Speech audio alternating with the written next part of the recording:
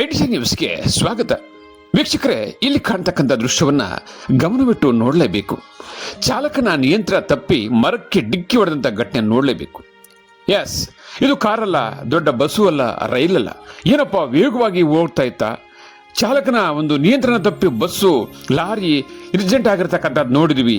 ಇದೇನಿದು ಆಟೋ ಇಷ್ಟೊಂದು ವೇಗವಾಗಿ ಹೋಗ್ತಾ ಇತ್ತಾ ಅನ್ನೋದು ಸಾವಿರಾರು ಜನರ ಒಂದು ಕುತೂಹಲ ಕೂಡ ಆಗಿದೆ.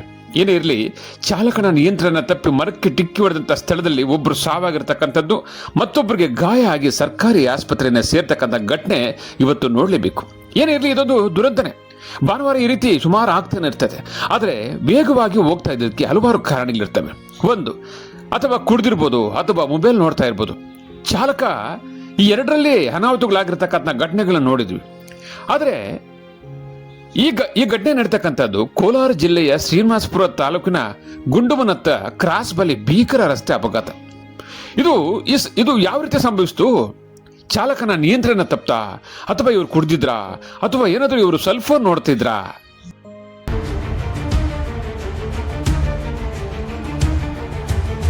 ಏನೇ ಇರಲಿ, ರಾಜ್ಯದಲ್ಲಿ ಈ ರೀತಿ ಅಪಘಾತಗಳು, ಸಾವುಗಳು, ನೋವುಗಳು ಆಗ್ತಾನೆ ಇದೆ. ಇದಕ್ಕೆಲ್ಲ ಕೂಡ ಕಾರಣ ಕುಡಿದು ವಾಹನ ಚಲಿಸ್ತಕ್ಕಂಥದ್ದು, ಅಥವಾ ವೇಗವಾಗಿ ಚಲಿಸ್ತಕ್ಕಂಥದ್ದು, ಅಥವಾ ಮೊಬೈಲ್ ನೋಡಿಕೊಂಡು ವಾಹನ ಚಲಿಸ್ತಕ್ಕಂಥದ್ದು, ಮಾತನಾಡ್ಕೊಂಡು ಚಲಿಸ್ತಕ್ಕಂಥದ್ದು, ನಿದ್ದೆ ಎಫೆಕ್ಟು, ಹಲವಾರು ರೀತಿಯ ಅಪಘಾತಗಳು ಆಗ್ತಾ ಇದೆ. ಇವತ್ತು ಮೃತಪಟ್ಟಂಥ ವ್ಯಕ್ತಿ ಶ್ರೀನಿವಾಸಪುರ ತಾಲೂಕಿನ ಪಾಳ್ಯ ಗ್ರಾಮದ ಮೂಲದ ಶ್ರೀನಿವಾಸ್ ಎಂಬುವರು, 50 ವರ್ಷ ಆಗಿರ್ತಕ್ಕಂಥದ್ದು. ಇವರು ಬೆಂಗಳೂರಿನಿಂದ ಕೇದಗನಹಳ್ಳಿಗೆ ಬರ್ತಕ್ಕಂಥ ಸಂದರ್ಭದಲ್ಲಿ ಹೀಗೆ ಒಂದು ಘಟನೆ ನಡೆದಿದೆ.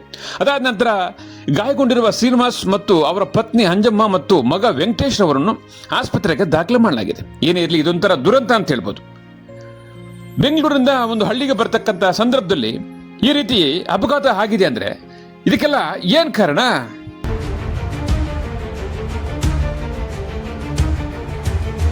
ವೀಕ್ಷಕರೇ, ಇಂತಹ ವಿಡಿಯೋಗಳು ನೋಡಬೇಕಾದ್ರೆ ಐಡಿಯಾ ನ್ಯೂಸ್ ಅನ್ನು ಸಬ್ಸ್ಕ್ರೈಬ್ ಮಾಡಿ, ಶೇರ್ ಮಾಡಿ, ಲೈಕ್ ಮಾಡಿ.